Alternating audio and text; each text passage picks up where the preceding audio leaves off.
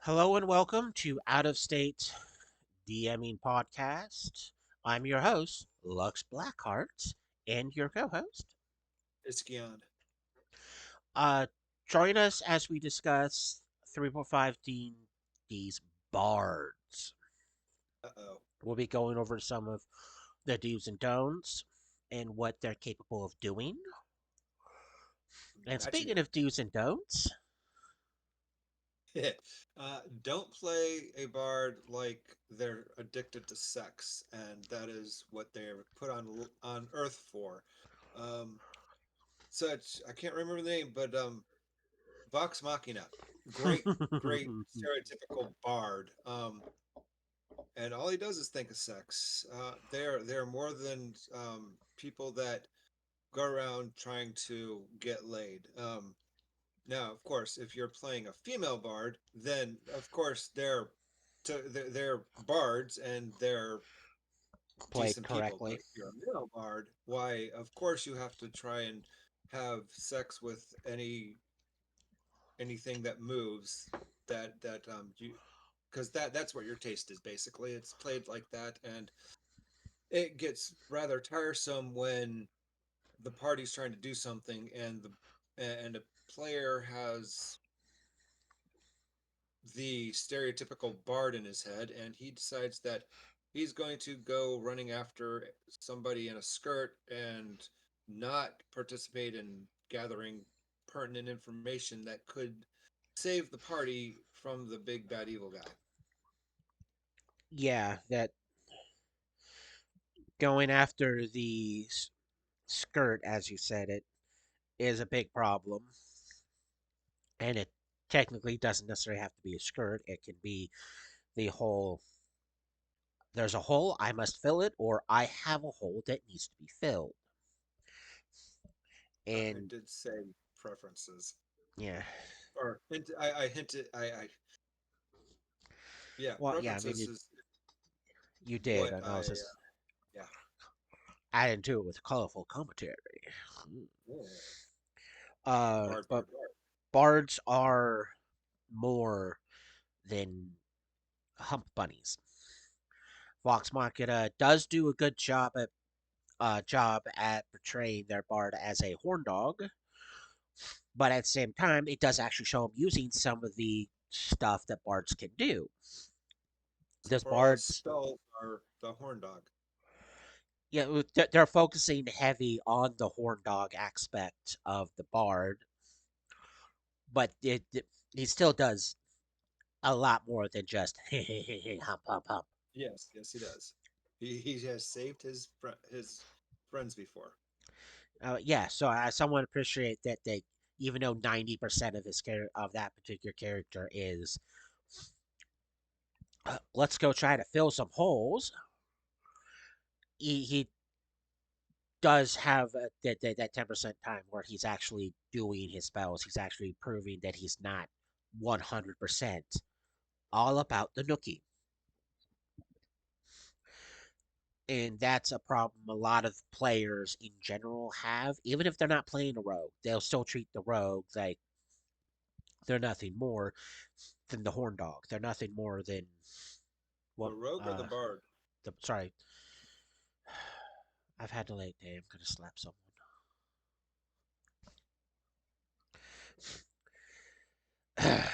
Brain work. The most players treat the bard. My brain must be on a road kick, but they treat the bard as nothing more than the person that's gonna go home, and they treat that's the only way the bard knows any information or is able to get any information is because they're like, okay, Bard, go hump someone. We need information. It's like you don't need to hump someone to get information, and that's not a good way to get information unless you're trying to get specific information from a specific person, It and is a you're good way trying. to get an STD. Yeah, it is. It's the skill gather information. It's really good at getting information. Everyone can use it. It's not a Bard Oh, only look, thing. gather information. Yeah. It's a It's in legit the name. skill. You go somewhere where there's a lot of people, you declare you're making the check, you roll the check, and the DM tells you what you information you ever complete. While it's useful or not, you're still using the skill appropriately, and you don't need to be the bard. Even though the bard is still really good at that, you don't need to be the bard, and you don't need to hump everything. Uh, because when it comes to the skills of a bard, the skills get or the skill list for bard is quite Vast. vast. Appraisal, balance, bluff, climb, concentration, craft, decipher script, diplomacy. Oh, don't need to hump someone to get information. We need to diplomatize with them. Disguise, escape artist, gather information. Who'd have thunk? Hide, jump, knowledge, all skills taken individually. Listen, move silently, perform, profession, sense, motive, sleight of hand, spellcraft, swim, tumble, and use magical device. Because they do make up pretty nifty backup rogues, with the exception that they don't get trap finding. So they can be the stealthy person. They can be the person that's really good at listening for approaching bad guys. Now, Spot's not on their list. So seeing a bad guy coming, they're not good at. Hearing them, yes. They also get 6 plus intelligence modifiers, so they actually get a good amount of skill points, which does help the fact that they have a nice list of skills. Uh, they do make good dex fighters, so light weapons with weapon finesse, pretty good for them.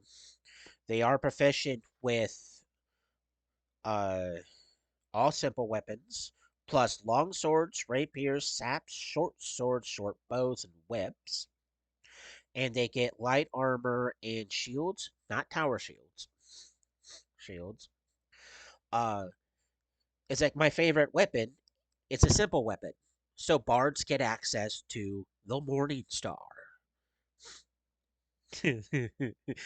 Just we're on top of the bards. The Morning Star's not the only thing with morning in his name. Yeah, Another, so anybody that's watched TikTok and seen Jacques the Whipper, he's a bard. yeah, that did. He's definitely a bard, and he ain't humping his way through stuff. He simply just is, and he's good at singing. He's good with that whip. He makes up stuff on the fly. Oh, oh, oh yeah, dear God! If I was trying to do a real life D&D party and I wanted someone to do a bard, he looks the part and he fits the part because he definitely is a bard. And the fact that he uses the whip as a musical instrument is fabulous. Just even though D&D won't let you do it because that's a weapon, not an instrument, he pulls it off in real life. So that is definitely a bard that knows how to improvise in random shenanigans. The beats and stuff he can get with it. Another thing is bards can cast spells while wearing light armor. The spell failure chance that wizards and sorcerers suffer, bards don't suffer that, as long as it's light armor. The moment you get into medium or heavy armor, the armor check penalty kicks in hard. But it means bards get to just run around going, ah ha ha, I get armor, you don't. And speaking of spells, they are able to cast arcane spells as if they were a sorcerer, which means they go at level 1, they go, oh, I can cast 2 0 level spells a day. And they know 4 different 0 level spells. So they could go, oh, I'm going to cast this one, and then I'm going to cast that one. Because, well, the bards,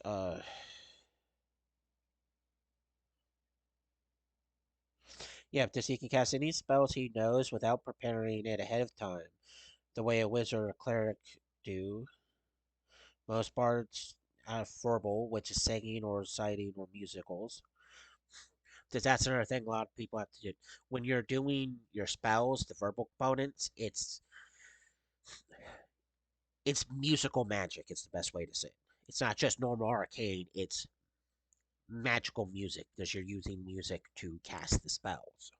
So going back to Vex Machina, Machina, their bard there, when he's using his instrument and he's singing to cast the spells, that's accurate to what bards have to do. This is not just I cast spell. It's Get out your musical instrument. in it. Well, they don't necessarily need an instrument. They can either sing it or use the instrument while doing the verbal semantics for the spell because they have to perform the spell. Literally perform. I They can mean, they are cast, bards. yeah.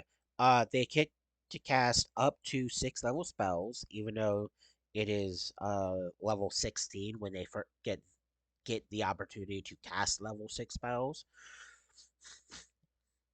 So they don't get the levels quite as fast as their arcane counterparts, but they do get the uh, bonus awesome abilities of just a not having to suffer the course of most of the magic crashes, but B, they're not spell focused. As I said, they're really good at. They can be really good at finesse fighters. Fighters, they can get spells, but the main two aspects of a bard that people seem to just gloss over. Even people are like, I love playing bards. You're like, well, what's your opinion on bardic knowledge? You wouldn't believe how many people I've run across that are like, bardic what? What? Huh? It's like, it's an amazing ability. You know everything about anything.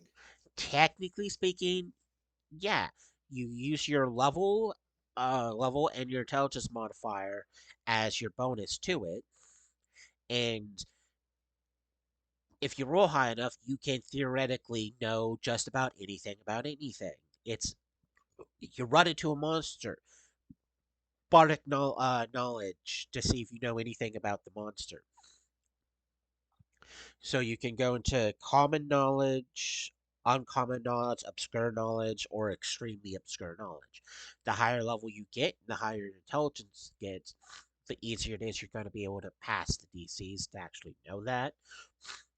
But it gets to a point where as long as you're getting an 11 or higher, you can know the common information about any one, any place, or anything.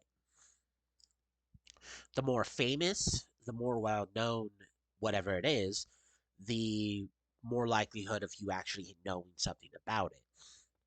So a no name person, you're not it's a no name person, you're not gonna know anything about them. But a famous wizard, so if Elminster. someone goes, yeah, Elmister, so you can go, oh, can I do bark knowledge to see if I know anything about Elmister? It's like, okay, roll. Because there's different layers to what is known about him. Just like how Odaluk or Mordecai, those are all famous, powerful wizards. That common knowledge is they're powerful wizards. They're able to do random shenanigans because they're literally just that powerful to the whole fact that in the realm of Greyhawk, the main person behind the Circle of Eight, which is like the mage's circle of Greyhawk, is Mordecai. Odaluk is a part of it. Uh, Elmister. My my brain's just shooting off random names right now. But it's like it's really obscure because not everyone knows that what the Circle of Eight are. Those who know that you don't just go around talking about it. But there's if a bard rolls high enough, they can go, "Oh, I know about the Circle of Eight. I also know how there's this one person who got replaced because they betrayed the Circle of Eight. How two other members were killed off and they were replaced because it's just random hearsay that's really really obscure. But it is in essential the I know everything Well, I know a little bit of everything about everything because it's all the knowledge skills put into one. So if it can be covered by a knowledge skill, then a bardic bard can technically, theoretically know some information about it. Even though the bonus may not be as high as someone that has a lot of stuff in like knowledge history or knowledge geography or knowledge dungeoneering. It may not be high as them, but the perk is I don't need to spend a crap ton of skill points in all of those particular things or take feats to increase all of those different things because I just use my bardic knowledge for it. The next Oh, thing, look, I don't have a knowledge. I don't have a knowledge. Bardic knowledge. yeah, it's literally raw dogging it into Windows. Yes. The next thing that the bards can do, and this is like my favorite thing of a bard, and it's one of the reasons why they're possibly one of the best support classes you're ever going to find, is bardic music. Is fabulous. It is amazing. As long as you have the right amount of ranks in your performance and right level to gain access to that particular bardic music, you can do wonderful things. This is fascinating. Uh, Even though it's like at low levels, you can only target one person at a time with it. The higher level you get, the more people you can affect with it, and it's pretty much okay. Party. I don't want this bad guy who can understand me. Like, I don't want him to fight us right now because I want us to get away. Fascinate, and it works up to 90 feet away, so you can like slowly back away from them, and you can literally You have a can make person just sit down and listen. And go, oh, this is and make fascinating. grown men cry. Yeah. So as long as nothing in the area is doing anything to break that fascinate, such as a party member pulling a weapon out, someone casting a spell, someone raising a ranged weapon and preparing to shoot them. So yeah, so as long as no one or anything like an animal companion charging it, so as long as there's nothing there to break the fascinate, you can literally get away from a bad guy. The higher level you are, the more bad guys you can fascinate. And that leads into once you get to a certain level, you get suggestion at level 6, where it only affects one creature that has to be fascinated. You can suggest them like, oh, you should leave, or you need. It's like go that way. Uh, you surrender. Unfortunately, you can't make them unalive themselves. No, this it functions just like the spell of the same name. So you follow the spell suggestion as the limitations for what it can and cannot do. And when you reach level 18, you get mass suggestion, where you can affect a bunch of people. So it's pretty much the people you can affect with Fascinate are now the people you're doing the mass suggestion for. Which the opening scene for well, not the opening scene, but the scene where the sorcerer gets caught um, conning the group, all he needed was mass suggestion, and he could have gotten all their valuables much easier. Yeah.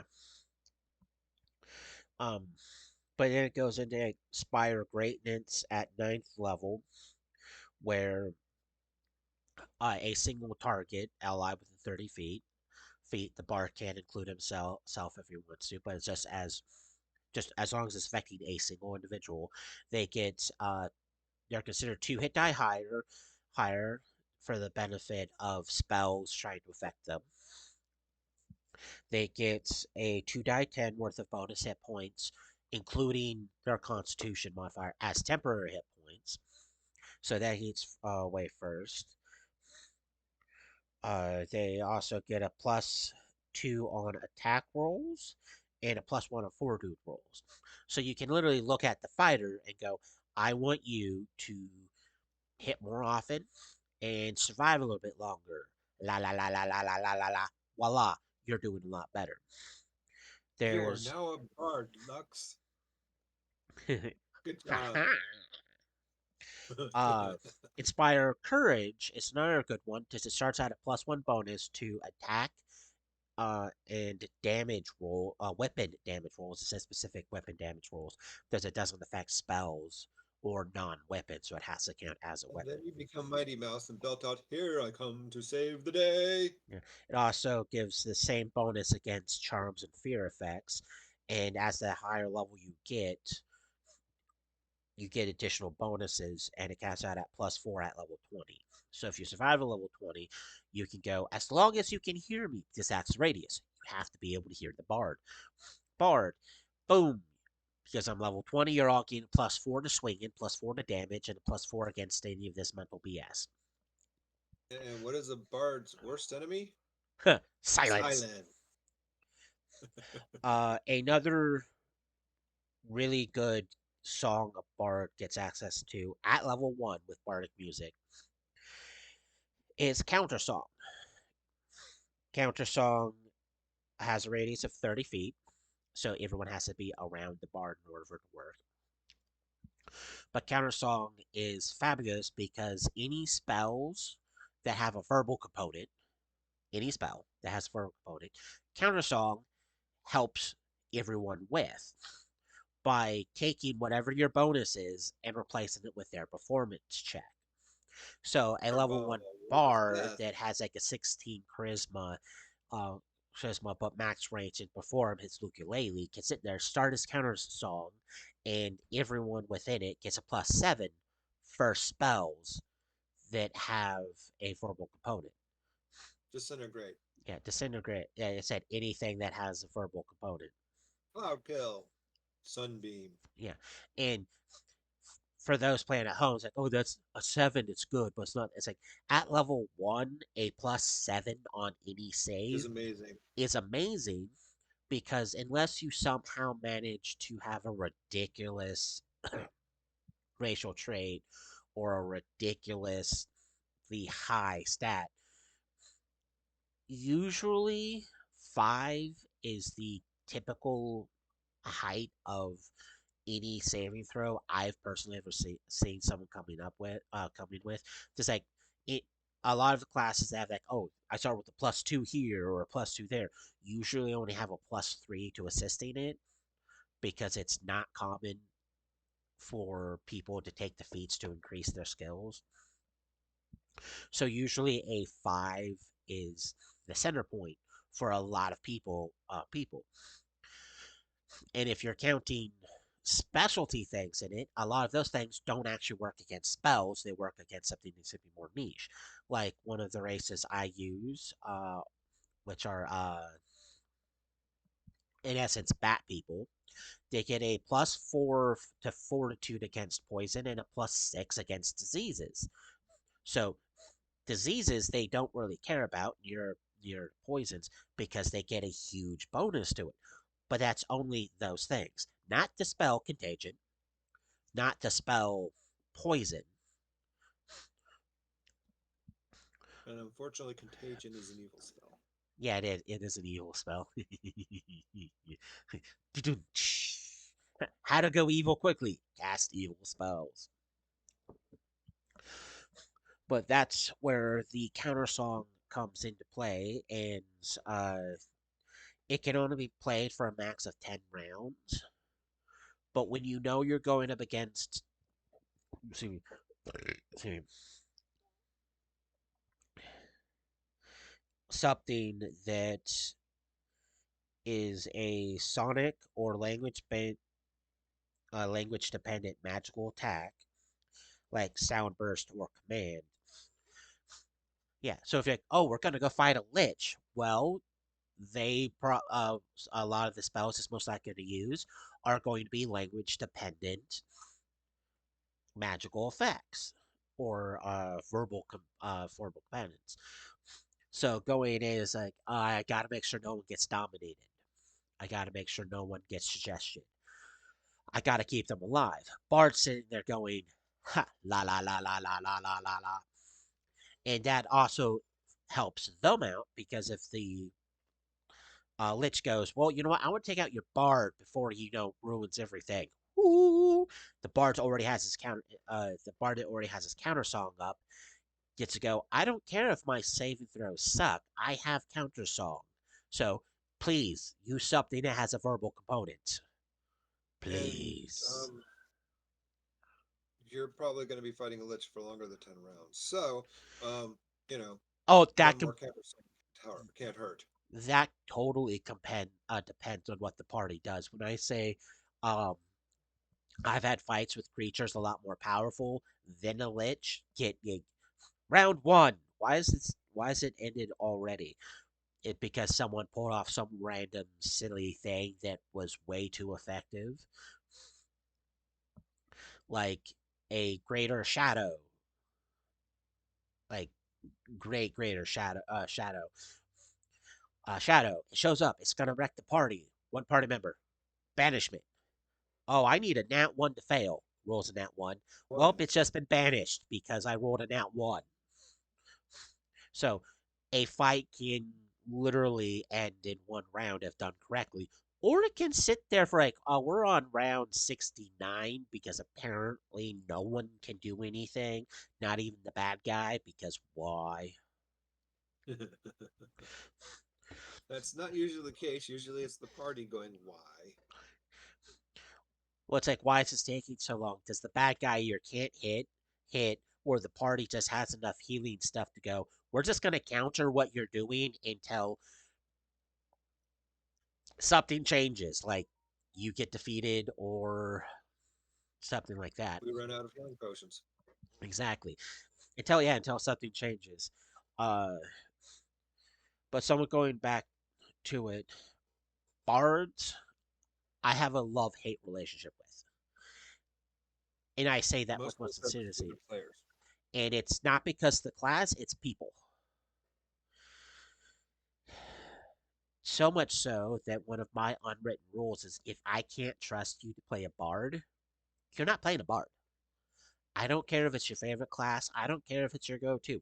If I can't trust you to not be a horn dog, then I'm not letting you do it because I'm not See, I'm going. not saying that you can't be horny, but you can't. But it can't be the main focus of your Yeah, character. yeah. Because if you're like, I want to be a bard because I want to get away with humping stuff, it's like, no. One, you don't have to be a bard to do that, and two, no, the bard's a lot more than that.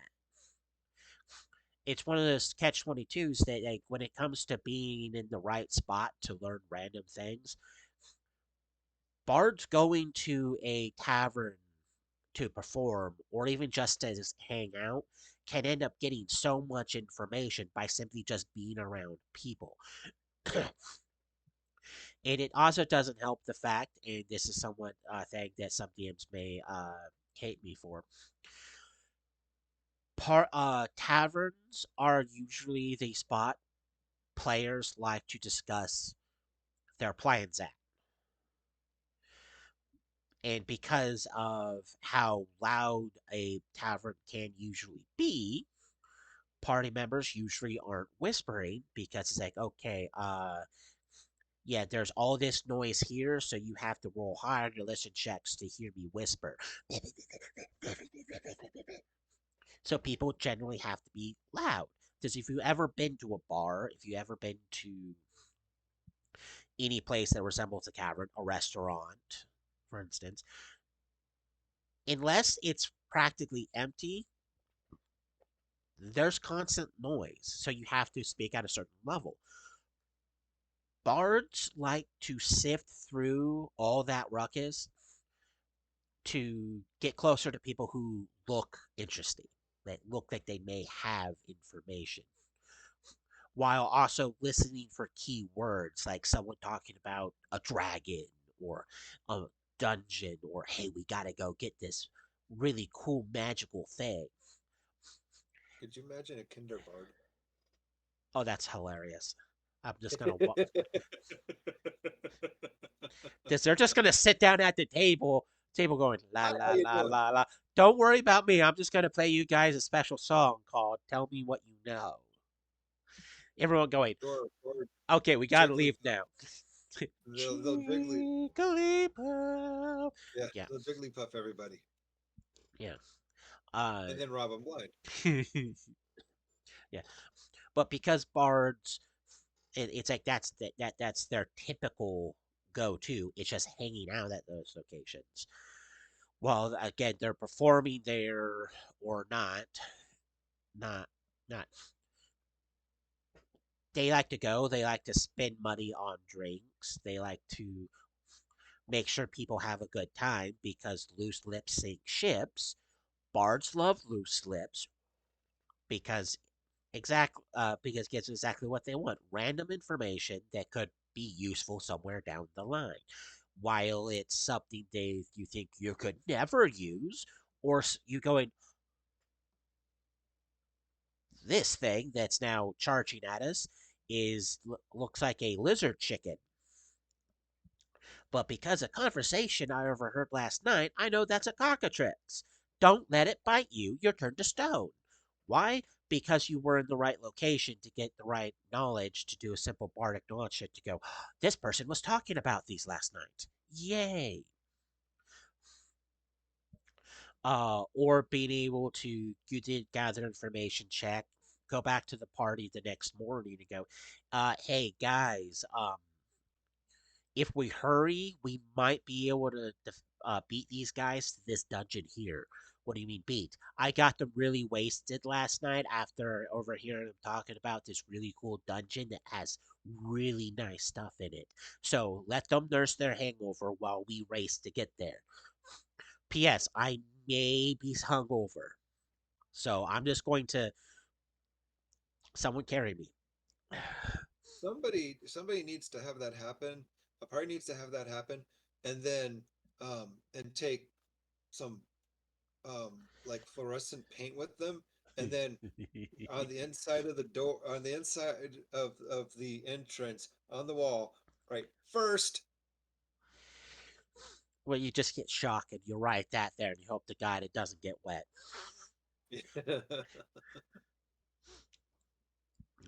But it's like they're a wonderful support character. They're because of their general nature, the way they generally dress and act, they're not the suspect of suspicion when it comes to we gotta be quiet while we're here because it's like a bard doing poetry over the corner there or over there singing or sitting there like with a fiddle hitting it hard like the devil came down to Georgia style hard. No one's going to suspect that anything they say is going to be heard by that individual and then dispersed amongst other bards or to whoever adventuring group they happen to be a part of because no one suspects them.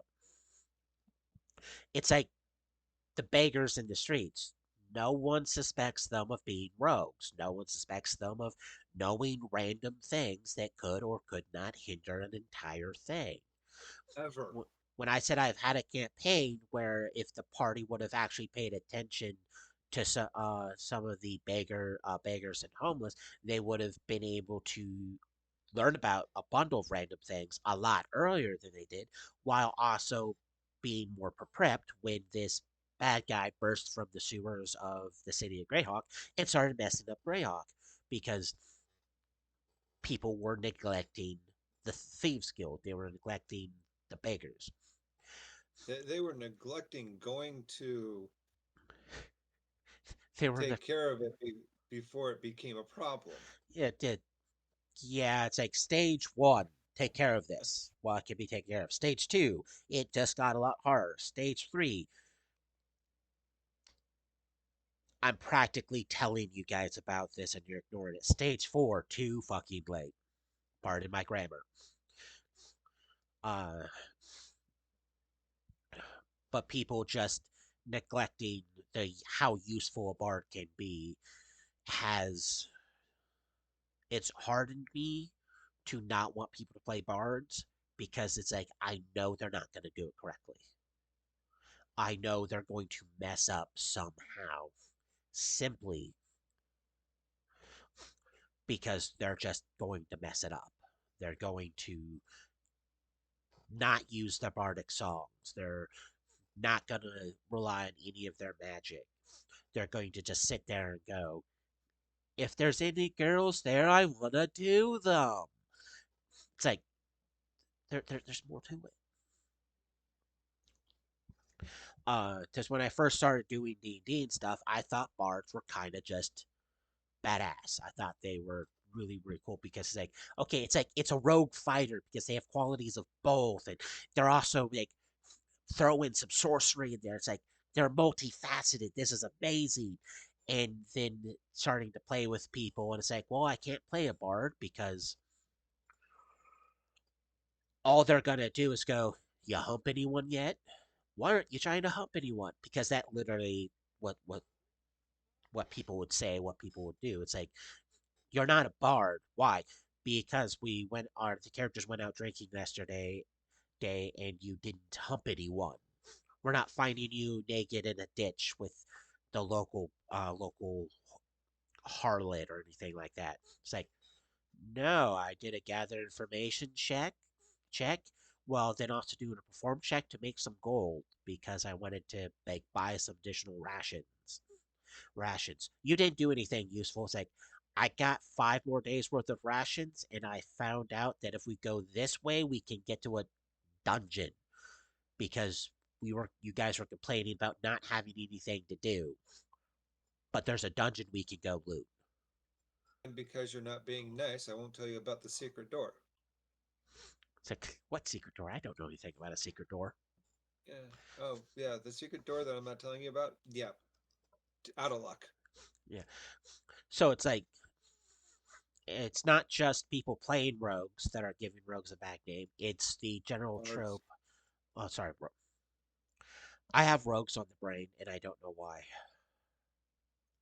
The general trope of bards, that are portrayed by both the people playing the bards and the people around the bards, have just soured the entire class for me. Because, like I said, it's like I want people playing bards to be more than just horny rabbits. There's a lot more to the class than just trying to help. There's a lot more to the class than just I'm the prettiest thing around. Give me what I want because I'm pretty. As I said, they can do magic. They can fight. They can use their support abilities to literally save the party. But the majority of people that do that are so few and far between that it's rare. It's like if like 0.1% of people actually are playing the bard to its fullest, or even like partially its fullest. I want those people. I want that that 0.1% of people because the pretty much other almost 100% of people playing bards are just killing bards for me. They're ruining bards for me. It's like last week when we talked about how you don't have to be a stupid barbarian. No. It's a trope, but you don't have to because there's nothing saying you have to. It's the illiteracy is the only thing you can say is stupid about that class. Well, that and the stealth kill switch. The stupid thing for bards is the typical I'm a bard, therefore I must hump. Me bard, me horny, me hump. If There's it half, involves sex, yeah, I'm yeah, doing it. yeah, it did. Uh, it's also one of those things of, oh, here's half breeds. Any half breed, majority of people go, oh, my parent was a bard. It's like, really? You're going with that? It's like, yeah, my parent just was a bard, was just running around humping stuff and humped my mom and left. So I don't know who my dad is. I just know he's a bard. It's like, how inventive, how original. They're like, yes, it is. It's original. It's like, yes. Let me go to the other two half. half races in the party who have the same story. So you all must be related because you must have the same dad. One brother going, no, my mom was the bard and she abandoned me soon after she gave birth to me. It's like, wow, that's the one that's different. It's the woman that did it, not the man. Bravo on being different, but yet the same. Oh no, she's the fighter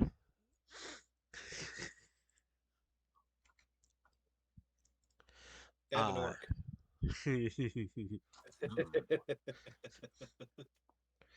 Guess who's siblings? exactly.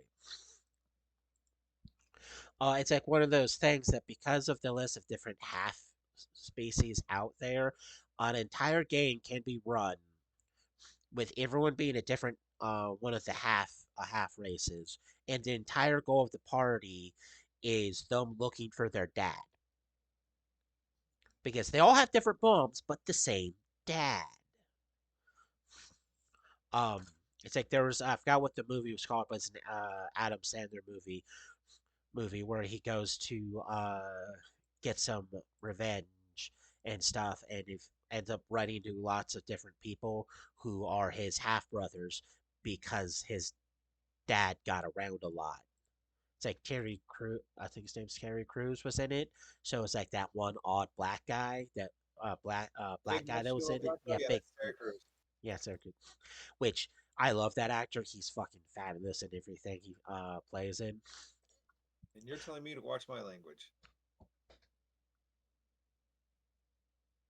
Hey, if I get banned or striked because of my language, it's my fault, not your fault. So therefore, I get yeah.